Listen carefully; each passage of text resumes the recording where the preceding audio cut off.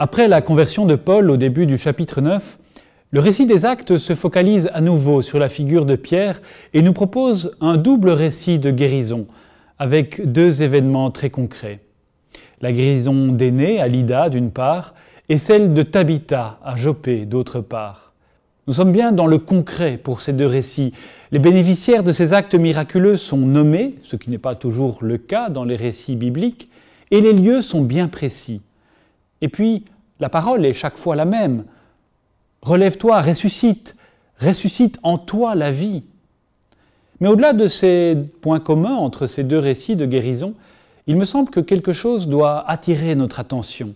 Si la foi de Lydda et de Tabitha n'est pas mentionnée, c'est surtout l'événement de la guérison qui a un effet dans la région. C'est bien l'événement qui se transmet, qui est contagieux. Et la question qui nous est posée par le texte de ce jour est bien celle-ci. Que voulons-nous transmettre? Comment être contagieux autour de nous, contagieux de ce qui nous tient à cœur? Faisons-nous réellement le choix d'une transmission positive? Nous le savons, notre monde communique beaucoup, mais peine à transmettre.